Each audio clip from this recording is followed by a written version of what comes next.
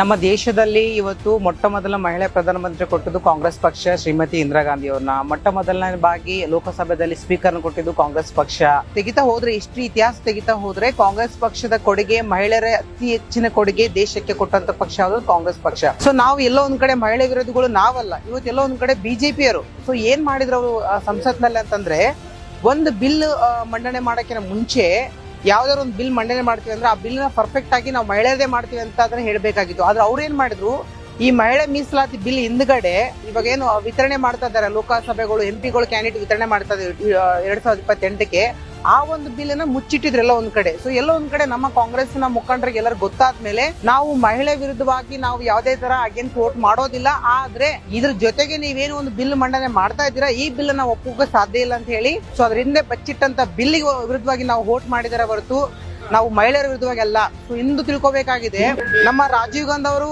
ಮಹಿಳೆ ಮೀಸಲಾತಿ ತಂದಿದ್ದು ಗ್ರಾಮ ಪಂಚಾಯತಿ, ಇವತ್ತು ಗ್ರಾಮ ಪಂಚಾಯತಿ, ತಾಲೂಕ್ ಪಂಚಾಯತಿ, ಜಿಲ್ಲಾ ಪಂಚಾಯತಿ ಯಾವ ತರ ಇವತ್ತು ಮಹಿಳೆಗಳು ಕಂಟೆಸ್ಟ್ ಮಾಡ್ತಾ ಇದಾರೆ ಅಂದ್ರೆ ಅದಕ್ಕೆ ಮೇನ್ ಕಾರಣ ಕಾಂಗ್ರೆಸ್ ಪಕ್ಷ, ರಾಜೀವ್ ಗಾಂಧಿ ಅವರು.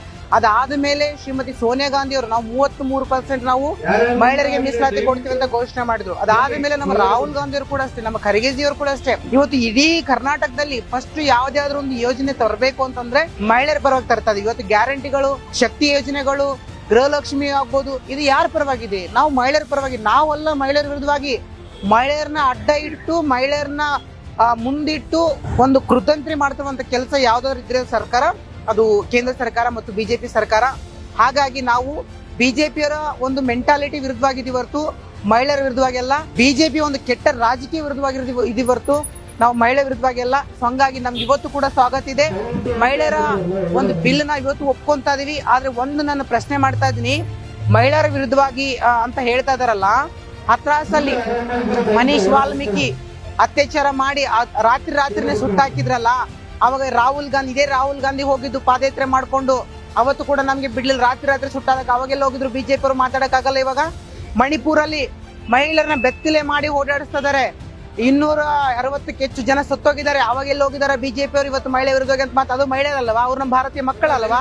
ಅಂಕಿತಾ ಭಂಡಾರಿ ಒಬ್ಬ ಬಿಜೆಪಿ ಮುಖಂಡ ಮನೆ ಕೆಲ್ಸಕ್ಕಂತ ಕರೆದು ಆ ಹುಡುಗಿನ ಇವತ್ತು ಸಾಯಿಸಿ ಮರ್ಡರ್ ಮಾಡಿ ಅತ್ಯಾಚಾರ ಮಾಡಿ ಮುಗಿಸ್ಬಿಟ್ರಲ್ಲ, ಅವಾಗೆಲ್ಲ ಹೋಗಿದ್ರು ಬಿಜೆಪಿ ಅವರು.